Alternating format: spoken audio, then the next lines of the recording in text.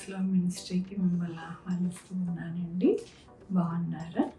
మీ అందరికీ కూడా మరి మంచి శుక్రవారం యొక్క శుభాకాంక్షలు ఎందుకు అంటే, ఆయన సిలువలో ఆ యొక్క మరణించి ప్రాణమును పెట్టకపోతే మనమందరికీ కూడా రక్షణ భాగ్యం అనేది దొరికేది కాదు.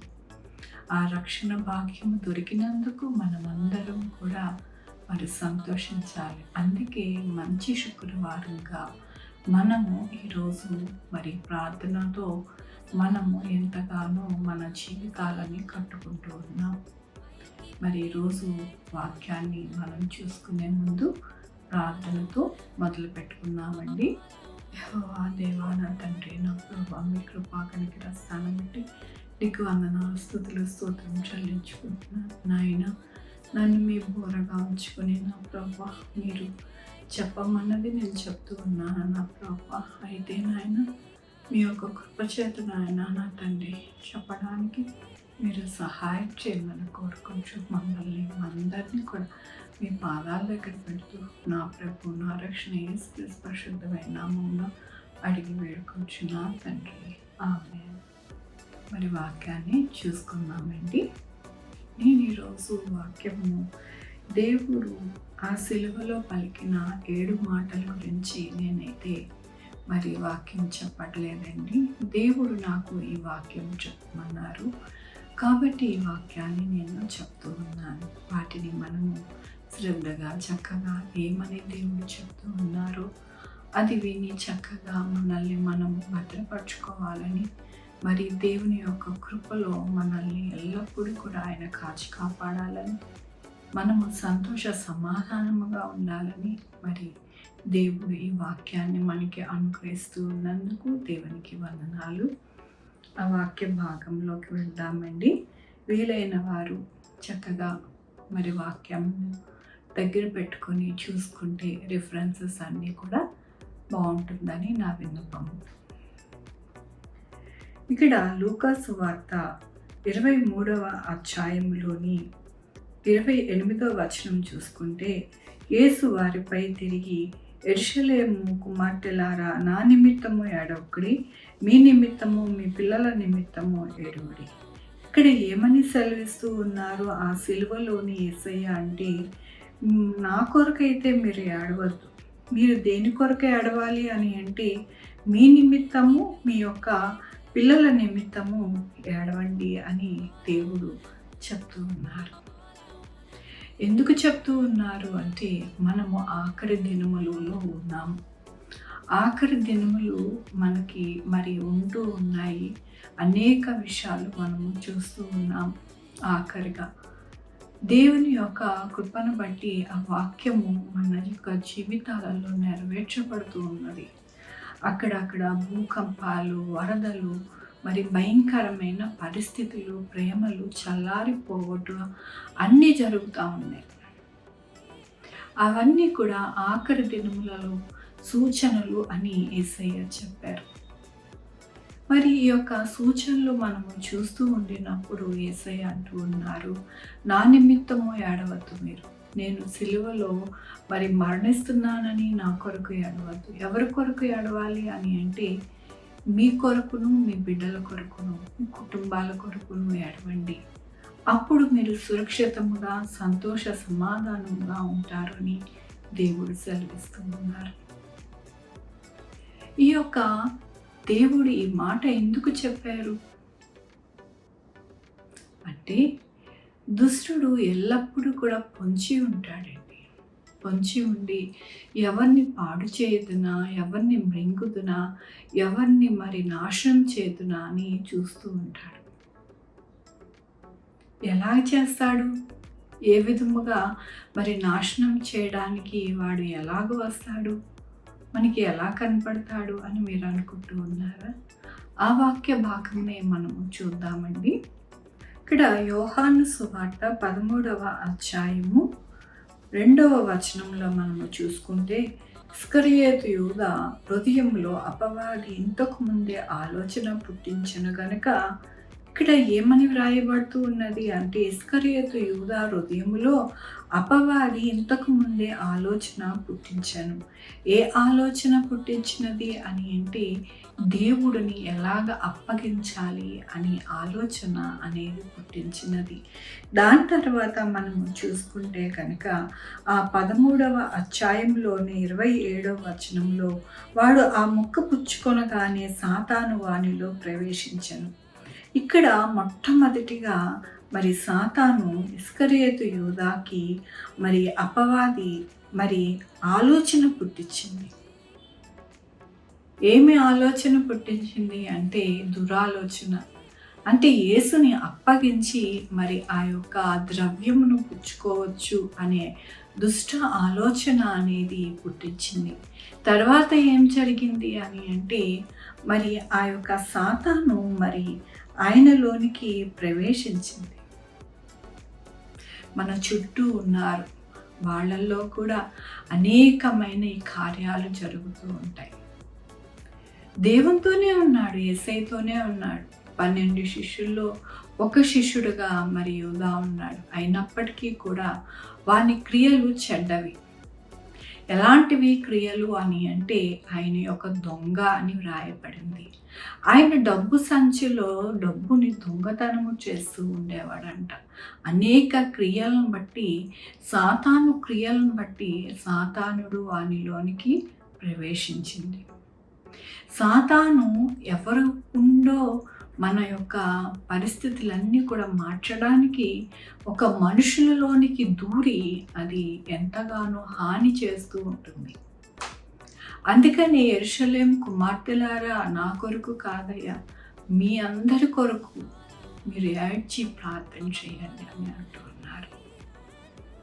ఈ సాతానుడు ఎప్పుడు కూడా ఎవరిని మృంగిదునా, ఎవరిని నాశనం చేస్తున్నా అని తిరుగులాడుతూ ఉంటాడు. మనుషులకి ఆశ చూపించి మరి ఆ మనుషుల్ని లోపరుచుకుని వానిలోనికి దూరి మరి అనేకమైన చెడ్డ క్రియలు చేయడానికి ప్రేరేపిస్తూ ఉంటుంది. మరి మత్తయి సువార్త 26వ అధ్యాయంలోని 15వ వచనంలో, వారి 30 వెండి నాణములను తూచి వారికి ఇచ్చిరి. ఇక్కడ యూదాకి మరి 30 వెండి నాణములు దేవుని యొక్క ప్రాణమునకు ఖరీదు కట్టి, మరి ఆ ఖరీదైన మరి ఆ సొమ్మును మరి యూదా తీసుకున్నాడు. ఈ రోజుల్లో కూడా అనేక మంది మరి ఇలాంటి వారు కనపడుతూ ఉంటారు మన జీవితాలలో. కాబట్టి మనం ఎలా ఉండాలి? చాలా జాగ్రత్తగా ఉండాలి. మరి ఎలా జాగ్రత్త తీసుకోవాలి అని అంటే, ప్రార్థన చేయాలి. కన్నీటి ప్రార్థన, మెలకువ కలిగిన ప్రార్థన, ఆత్మతో కూడిన ప్రార్థన. అప్పుడే మనము భద్రపరచబడతాము. ఈ సాతాను క్రియల నుండి, సాతాను యొక్క దుష్ట ఆలోచనల నుండి మనము ఎప్పుడు భద్రపరచబడతాము అంటే, అప్పుడే భద్రపరచబడతాము.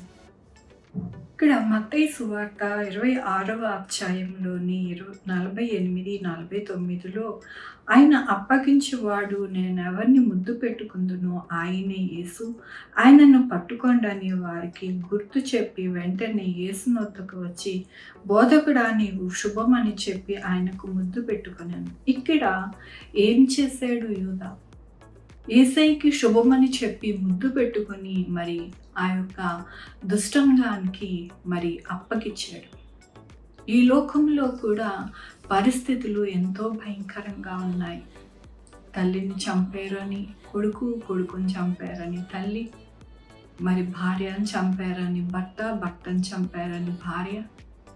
ప్రేమలు లేవు, చల్లారిపోయింది. దేవుడు చెప్పారు కదా, ఆఖరి దినములు ప్రేమలు చల్లారిపోతాయి. కాబట్టి మీరు బహు జాగ్రత్తగా ఉండాలి. ఆత్మలో మెలకువ కలిగి ఉండాలి. ప్రార్థనలో పట్టుదల కలిగి ఉండాలి. లేకపోతే మీ దినములు చాలా భయంకరమైన దినములుగా ఉంటాయని దేవుడు ఆ సిలువలోని మనకి జ్ఞాపకం చేస్తూ ఉన్నారు. యెరూషలేము కుమార్తెలారా, నా ప్రజలారా, నేను కనెన నా బిడ్డలారా, మీ అందరూ కూడా నా కొరకు కాదయ్యా, మీ అందరి కొరకు ఏడ్చి ప్రార్థన చేయండి. దినములు చెడ్డవి వస్తూ ఉన్నాయి. అపవాది మరి ఎంతగానో విజృంభిస్తాడు. ఆ విజృంభణలోని మరి మన యొక్క పరిస్థితి ఎలా ఉంటుందో అందుకోసమే దేవుని యొక్క పరిశుద్ధాత్మ మీకు తోడుగా ఉండడానికి మీరు మెలకువ కలిగి ప్రార్థనాపూర్వకంగా ప్రతి క్షణము ప్రతి నిమిషము కూడా భద్రపరచబడి నడవాలి అని దేవుడు సెలవిస్తూ ఉన్నారు. యేసయ్య మనకి ఒక మాదిరి అయిన జీవితము అనేది మరి చూపించారు. మనం ఎలా మెలకువ కలిగి ఎలా ప్రార్థన చేయాలో. దేవుని వాక్యంలోని మత్తయి సువార్త 26వ అధ్యాయము 39-40. కొంత దూరం వెళ్ళి సాగిలపడి, నా తండ్రి, సాధ్యమైతే ఈ గిన్నె నా యొద్ద నుండి తొలగిపోనిమ్ము, అయినను నా ఇష్ట ప్రకారం కాదు, నీ చిత్తం ప్రకారమే కానిమ్మని ప్రార్థించాను. ఆయన మరలా శిష్యుల దగ్గరికి వచ్చి నిద్రించుచు, ఒక గడియైనను నాతో కూడా మేల్కొని ఉండలేరా? మీరు శోధనలోనికి ప్రవేశించకుండానట్లు మెలకువగా ఉండి ప్రార్థన చేయుడి. ఆత్మ సిద్ధమే కానీ శరీరము బలహీనమని పేతురుతో చెప్పింది. ఇక్కడ దేవుడు ఏమని సెలవిస్తూ ఉన్నారు అంటే, ఆత్మ సిద్ధమే కానీ శరీరము బలహీనము అని ఆయనకి తెలుసు. కానీ దేవుడు ఏమంటూ ఉన్నారంటే, శోధనలోనికి ప్రవేశించకుండానట్లు మీరు ప్రార్థన చేయండి, మెలకువతో ప్రార్థన చేయండి. యేసయ్య మరి ఆ యొక్క సిలువలో ఆ యొక్క సిలువ యాగాన్ని వెళ్ళేటప్పుడు మరి తండ్రికి ప్రార్థన చేశారు. ప్రభా, నువ్వే నాకు సహాయం చేయండి, మీరే నాకు బలముండే చేయండి, మీరే నాకు మరి అన్ని విషయాలలో నడిపించండి అని ప్రార్థన చేశారు. ఆయన మనుషునిగా ఈ లోకానికి వచ్చారు కదండి యేసయ్య. కానీ మనిషి యొక్క శరీర మాంసములను ధరించుకున్నారు కాబట్టి దేవుణ్ణి అడుగుతూ ఉన్నారు తండ్రిని. మనకి మాదిరైన జీవితాన్ని మనకి ఆయన చూపిస్తూ ఉన్నారు. ఆ వాక్యం చూసుకుందాము. 1 పేతురు 2వ అధ్యాయము 21వ వచనం. క్రీస్తు కూడా మీ కొరకు బాధపడి మీరు తన అడుగుజాడలి యందు నడుచుకున్నట్లు మీకు మాదిరి అయి ఉంచిపోయాను. ఇక్కడ ఏమని సెలవిస్తూ ఉన్నారు అంటే, మాదిరి అయిన జీవితము ఉంచి వెళ్ళారంట. ఇక్కడ మనం ముందు వాక్యం చూసుకున్నాం కదా. మరి ఆయన శోధనలో ప్రవేశించకుండా దేవుని యొక్క చిత్తము ఆయన జీవితంలో నెరవేర్చబడేలాగున ప్రార్థన చేస్తూ ఉన్నారు. మెలకువ కలిగి ప్రార్థన చేసి మరి ఆ యొక్క సిలువ యొక్క ఆ యొక్క కార్యాన్ని దేవుని నెరవేర్చారు.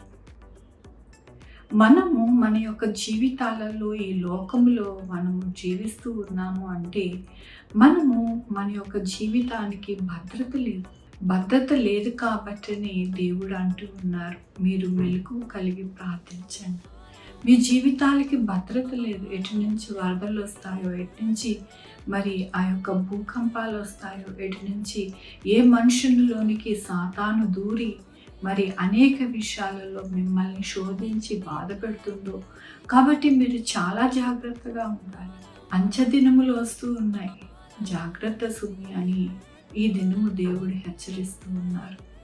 ఇక్కడ ఏమని సెలవిస్తూ ఉన్నారు అంటే, 1 పేతురు 2వ అధ్యాయము 9వ వచనంలో, అయితే మీరు చీకటిలో నుండి ఆశ్చర్యకరమైన తన వెలుగులోనికి మిమ్మల్ని పిలిచిన వాని గుణాతిశయములను ప్రచురణ చేయు నిమిత్తము ఏర్పరచబడిన వంశము, రాజులై యాజక సమూహమును, పరిశుద్ధ జనమును, దేవుని సొత్తైన ప్రజలై ఉన్నారు. ఏమై మనము ఉన్నాము అని దేవుడు చెప్తూ ఉన్నారంటే, వెలుగులోనికి మిమ్మల్ని పిలిచిన వాని గుణాతిశయములను ప్రచురించడానికి రాజులైన యాజక సమూహముగా, పరిశుద్ధ జనముగా, దేవుని సొత్తైన ప్రజలే ఉన్నాము అని దేవుడు సెలవిస్తూ ఉన్నారు. మనము ఎలాగ ఉన్నాము అని అంటే, మరి ఆయన గుణాతిశయములను ప్రచురణ చేసేవారిగా ఉన్నాము, దేవుని రాజ్యము కట్టేవారిగా ఉన్నాము, దేవుని యొక్క రాజ్యాన్ని మరి నింపేవారిగా ఉన్నాము, దేవుణ్ణి అనేక మందిని పరిచయం చేసేవారిగా మనం ఉన్నాము. మరి అలాంటి పరిస్థితిలో ఉండినప్పుడు మరి సాతానుడు ఊరుకుంటాడా? దేవుని రాజ్యాన్ని మనము కడుతూ ఉన్నాము అంటే అర్థం ఏమిటి? పరలోకము రాజ్యము కడితే నరకము ఖాళీ అయిపోతూ ఉంటుంది. నరకంలోనికి ఇంకెవరు వెళ్తారండి? మరి సాతాను యొక్క రాజ్యము కూలిపోతూ ఉంది. పరలోకమేమో కట్టబడుతుంది, నరకమేమో కూలిపోతుంది. అందులో ఏ ఒక్కరూ ఉండకుండా ఉంటూ ఉన్నారు. మరి సాతాను ఊరుకుంటాడా? ఊరుకోడు కదండి. కాబట్టి వాని యొక్క క్రియల ద్వారా మరి మనుషులలోనికి దూరి ఎన్నో మరి చెడ్డ క్రియలు చేయడానికి ప్రేరేపిస్తూ ఉంటాడు. చెడ్డ క్రియలను చేసి అనేక మందిని నష్టపరుస్తూ ఉంటారు. కాబట్టి మనము ఆయన ప్రజలై ఉన్నాము, ఆయన గుణాతిశయములను ప్రచురణ చేసేవారిగా ఉన్నాము, పరలోకాన్ని కట్టేవారిగా ఉన్నాము, అనేకులకి ఆయన వెలుగుగా ఉన్నాము, ఆయన యొక్క కృపని అందరికీ చూపించేవారిగా ఉన్నాము. మరి శోధన వస్తుందండి, ఎందుకు రాదు? ఇక్కడ యోబు కూడా మరి నీతిపరుడు, నిందారహితుడు, పాపం అంటే ఆయనకి తెలియదు, భయభక్తులు కలిగి దేవుని యందు జీవించే వ్యక్తి. అయినప్పటికీ కూడా సాతానుడు ఎంతో ప్రేరేపించాడు దేవుడిని. నిన్ను దూషిస్తారు, మిమ్మల్ని విడిచిపెట్టేస్తారు అని చెప్పాడు. కానీ యోబు ఏమాత్రం కూడా ఎంత నష్టం వాటిల్లినప్పటికీ కూడా మరి యోబును ఏమీ చేయలేకపోయింది సాతాను. ఎందుకని అంటే ప్రతిరోజు కూడా మరి దేవుని యొక్క కృపని వేడుకుంటూ వచ్చాడు. తన కుటుంబానికి తనకి కంచి వేయమని వేడుకుంటూ వచ్చాడు. ఆ కంచిలోనికి సాతాను ప్రవేశించకుండా ముందులాగున ప్రతి దినము అరుణోదయము కాక మునిపే మరి జాగ్రత్తగా తన యొక్క కుటుంబాన్ని కాపాడుకుంటూ వచ్చాడు. కాబట్టినే దేవుని యొక్క కృప చేత రెండింతలుగా ఆశీర్వదింపబడ్డాడు. సాతానుడు ఎంత నష్టపరిచినప్పటికీ కూడా దేవుడు రెండింతల ఆశీర్వాదంతో యోబును నింపాడు. దేవుని యొక్క కృప చేత మనము చాలా జ్ఞానము కలిగి లోకములో ఆఖరి దినములలో మనము జీవించాలి అని హెచ్చరిస్తూ ఉన్నాడు. చాలామంది అనుకుంటూ ఉంటారు, దేవుని కొరకు మరి మరణించుదాం, దేవుడు మరి అనేక విషయాలలో మనల్ని నడిపించాడు కదా, ఇంకేముంది ఈ లోకంలో అని అనుకుంటూ ఉంటారు. సువార్త ముందు కట్టలేదండి, దేవుడు కుటుంబాన్ని కట్టాడు.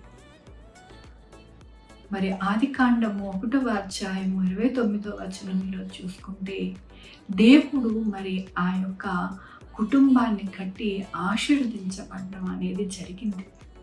ఏమని ఆశీర్వదించారు దేవుడు అని అంటే ఆదికాండము 1వ అధ్యాయము 28వ వచనంలోని దేవుడు కుటుంబాన్ని కట్టి ఆశీర్వదించారు. ఏమని ఆశీర్వదించారు అని అంటే దేవుడు వారిని ఆశీర్వదించను ఎట్లనగా, మీరు ఫలించి అభివృద్ధి పొంది విస్తరించి భూమిని నిండించి దానిని లోపరుచుకునిడి, సముద్రపు చేపలను ఆకాశ పక్షులను భూమి మీద ప్రాకు ప్రతి జీవిని ఏలుడని దేవుడు వానితో చెప్పాడు. ఇక్కడ ఒక కుటుంబాన్ని కట్టాడు. ఒక కుటుంబాన్ని కట్టి ఆ కుటుంబాన్ని దేవుడు ఆశీర్వదించి నేను సృష్టించిన సృష్టిని అంతటినీ కూడా ఏలండి అని దేవుడు వారికి ఇచ్చాడు. అట్టి స్థితి మనము కలిగి ఉన్నాము. అంటే ఇక్కడ బాధ్యత అనేది దేవుడు మనకి అనుగ్రహించారు. సుమి, మనము వివాహం చేసుకుంటూ ఉన్నాము అంటే బాధ్యతను మనకిస్తున్నాడు. మనకిచ్చిన భర్తని, మనకిచ్చిన భార్యను, అలాగే బహుమానాలుగా మనకిచ్చే బిడ్డలను కూడా మనం చాలా జాగ్రత్తగా వారిని చూసుకోవాలి. మరి ఏదైనా అయితే కనుక వారి పరిస్థితి ఏమిటి? మరి మీకు అప్పగిచ్చిన ఆ బాధ్యత పరిస్థితి ఏమిటి? మీ కుటుంబ బాధ్యత పరిస్థితి ఏమిటి? మరి మీ సంఘ పరిస్థితి ఏమిటి? మీ సేవా పరిచర్య ఏమిటి? మీరు పనిచేసే ఆ యొక్క కంపెనీలు, అలాగే మరి ఉద్యోగాలు, మీ మీద ఆధారపడి మరి అనేక మంది మరి పేదవాళ్ళు అనేక మంది ఉంటే వారి పరిస్థితి ఏమిటి? మనము మరణిస్తే దేవుని దగ్గరికి వెళ్తామని నిశ్చయముగా మనకి తెలుసు. కానీ మనము దేవుని ఇచ్చిన జ్ఞానముతో మనము చాలా జాగ్రత్తగా ఈ లోకంలో జీవించాలి. మన చుట్టూనే ఉంటారు, మనతోనే మాట్లాడతారు, మన దగ్గరే ఉంటారు. కానీ మనకి నష్టం చేయడానికి, మనల్ని పాడు చేయడానికి, మన కుటుంబాలని కూలగొట్టడానికి సాతానుడు వారిలోకి దూరి నాశనానికి మరి ప్రేరేపిస్తూ ఉంటాడు. అందుకని దేవుడి దినం అంటూ ఉన్నారు, జాగ్రత్త యెరూషలేము కుమార్తెలారా, కుమారులారా జాగ్రత్త. మీ కొరకు, మీ కుటుంబాల కొరకు ఏడవండి, నా కొరకు కాదు సుమి.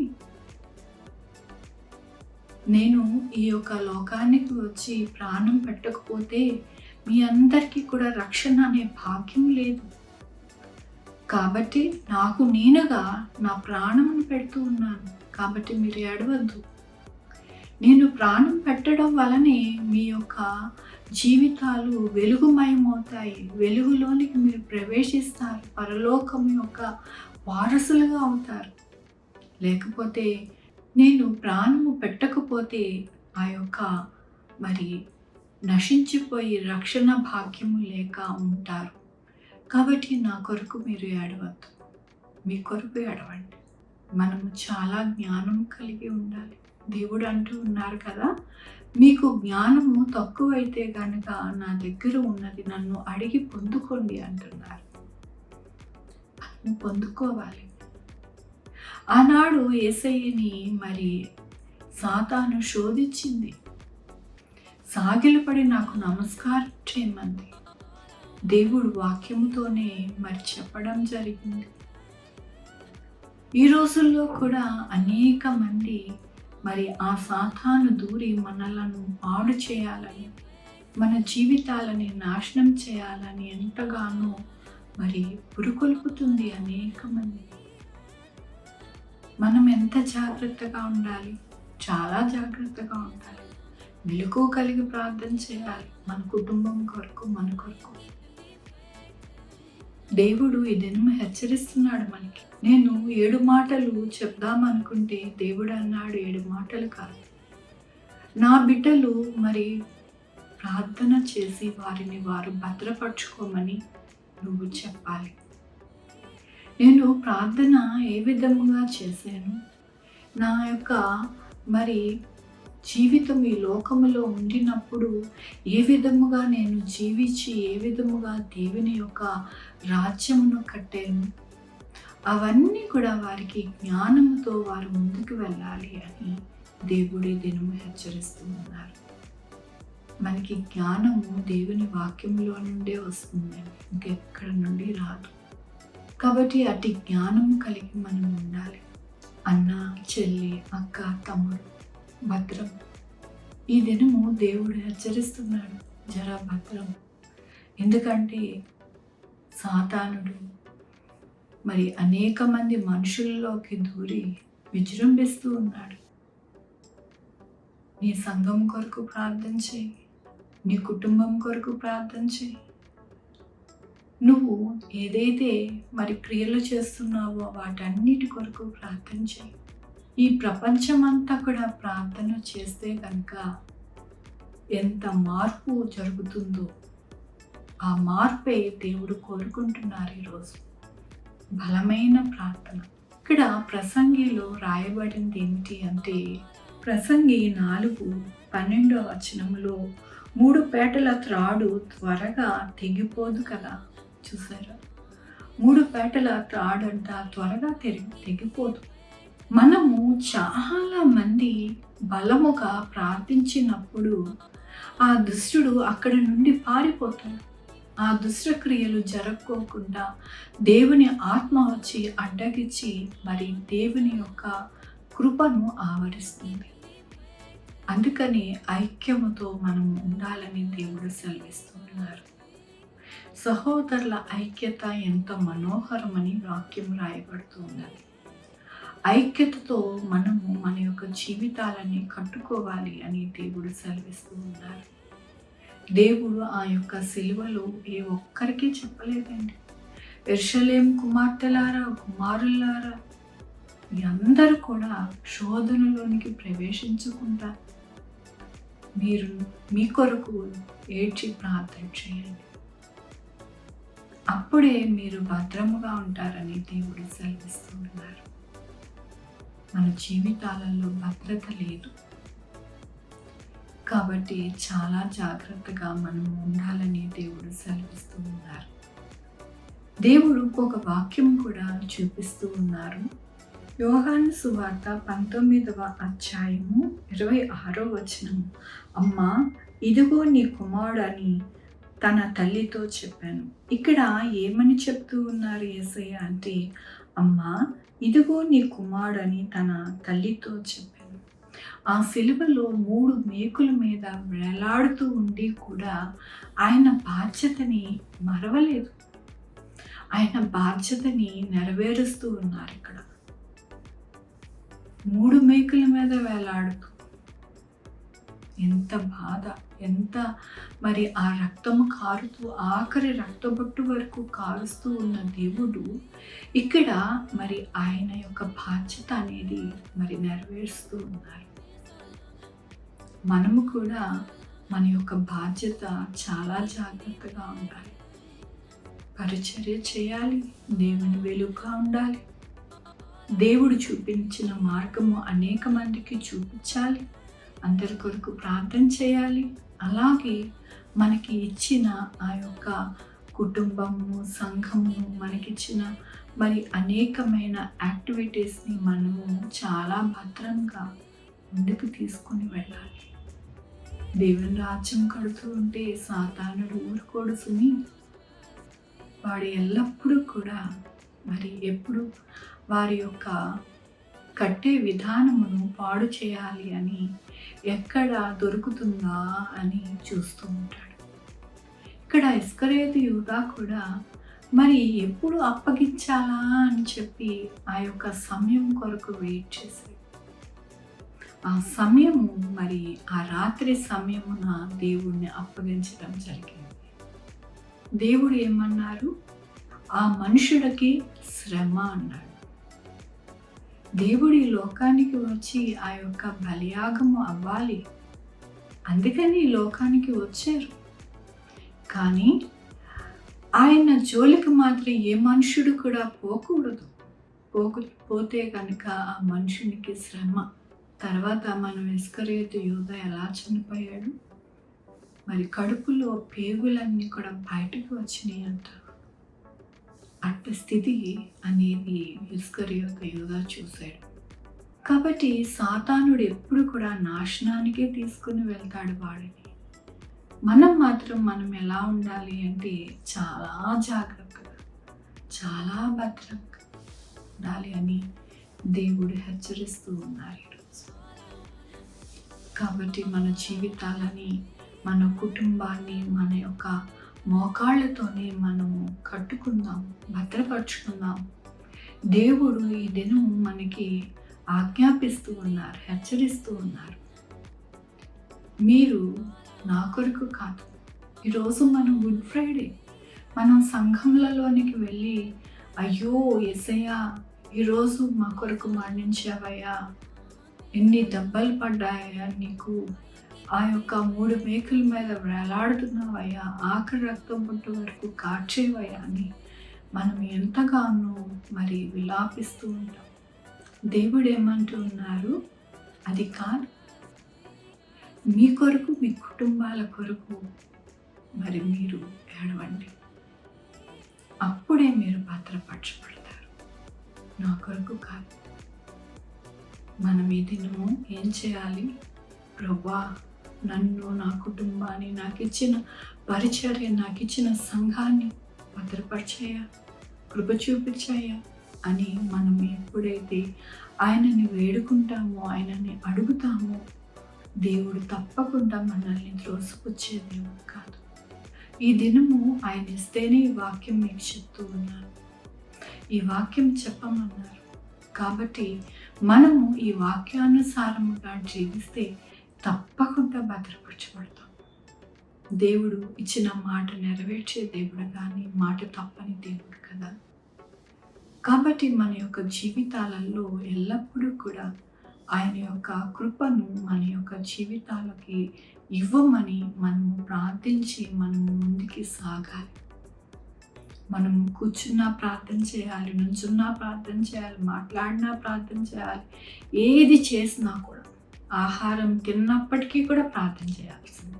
ఎటు నుండి పొంచి వస్తుంది అనేది ప్రమాదము కానీ శోధన కానీ మనకి తెలియదు.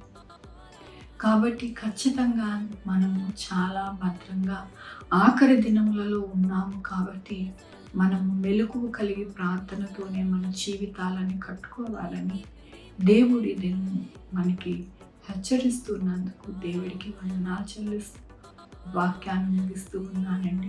ప్రార్థన చేసుకుందాం. యెహోవా దేవా నా తండ్రి నా ప్రభువా, మీ కృపా కనికరిస్తాన్ని బట్టి మీకు వందనాలు చెల్లిస్తూ ఉన్నాను. అవునయ్యా, ఆఖరి దినములలో మేమున్నాము నా తండ్రి. భద్రత అనేది మా జీవితాలలో లేదయ్యా. ఎటు చూసినా నాయన అపవాది నా ప్రభు ఎటు నుంచి గర్జించి సింహం వలె వచ్చేస్తూ ఉంది నా ప్రభు. మాకైతే ఎటు వెళ్ళాలి, ఏం చేయాలి, ఎలా జీవించాలో కూడా మాకు తెలియట్లేదయ్యా. మీరే నాయన మాకు సహకారిగా ఉండండి అయ్యా. మీరే మాకు మార్గాన్ని చూపించండి అయ్యా. మీరే మమ్మల్ని భద్రపరచండి అయ్యా. మీరే సహాయం చేయండి అయ్యా. మీ గుణాతిశయములను ప్రచురణ చేసేవారిగా, మీ ప్రజలుగా, మీ యొక్క సమూహముగా ఉంటూ ఉన్నామయ్యా. అయ్యా నా ప్రభా, మీరు భద్రపరచకపోతే ఎవరు భద్రపరుస్తారయ్యా? ఆ దుష్టుడి నుండి ఎవరు భద్రపరుస్తారు? మీరే నాయన నా తండ్రి. మీరు అన్నారు నా ప్రభా, ఈ లోకంలో ఉన్నవాని కంటే గొప్పవాడని అన్నారు నా ప్రభా. ఈ లోకంలో ఉన్నవాడిని నేను ఆ యొక్క సిలువలో చితక త్రొక్కితిని అని మీరు అన్నారు నా ప్రభా. మీరు సాతానును చితక త్రొక్కారు నా ప్రభా. కాబట్టి నా ప్రభా నాయన నా తండ్రి, మీ యొక్క కృపని మాకు అనుగ్రహించి మేము కూడా నాయన సాతాన్ని జయించే శక్తిని మాకు దయచేయమని కోరుకుంటున్నాను. మీ యొక్క కృపను వేడుకుంటున్నాను, మీ దయను వేడుకుంటున్నాను, మీ పాదాలు పట్టుకుంటున్నాను నాయన. చూస్తున్న ప్రతి బిడ్డని నాయన కాపాడి భద్రపరిచి వారిని దీవించి ఆశీర్వదించండి ప్రభా. సహాయం చేయమని కోరుకుంటూ ప్రతి ఒక్కరిని మీ యొక్క కృపలో భద్రపరచమని కోరుకుంటూ నా ప్రభు నా రక్ష యేసుక్రీస్తు పరిశుద్ధమైన నామమున అడిగి వేడుకుంటున్నాను తండ్రి. ఆమేన్. తండ్రి, కుమార, పరిశుద్ధాత్మ సదాకాలం మనందరికీ తోడై ఉండును గాక. ఆమేన్. గాడ్